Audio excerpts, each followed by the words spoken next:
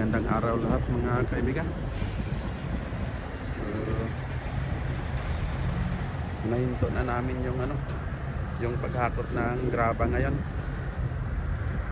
Last load na nila ito dahil yung bulldozer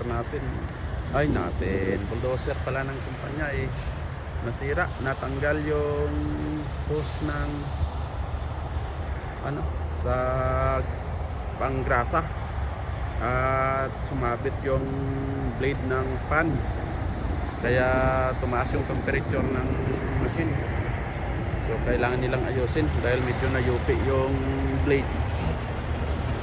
So pag ma-fix nila, saka na mag-resume ulit ang paghakot ng mga truck. Ito yung last truck ngayon.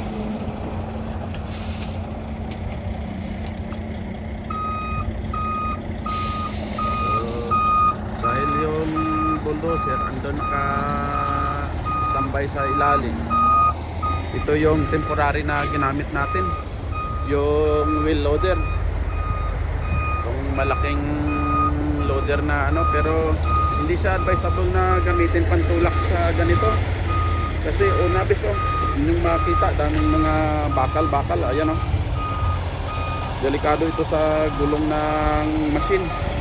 At saka mag-i-skid pag hindi ka marunong dumiskarte. Yan yung mga bakal na yan. Kaya yan ang iniiwasan dahil masira yung gulong. So kaya pag nag-scoop tayo, dinahandaan na lang muna natin yung tamang-tama lang na ma-i-post ng machine yung bucket para hindi mag-skid yung gulong, para hindi masira. So kaya ito ayan, naglilinis na yung mga driver ng kanilang truck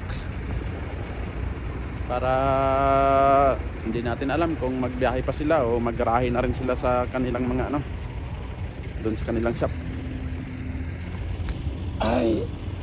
Tayo siguro baka maaga na rin tayong uwi. Tama at punta muna sa doktor kung maagang uwi. May follow up check up sa result ng ating lab test doon. Sige guys, maraming salamat sa inyong suporta. Bye po muna sa inyong lahat.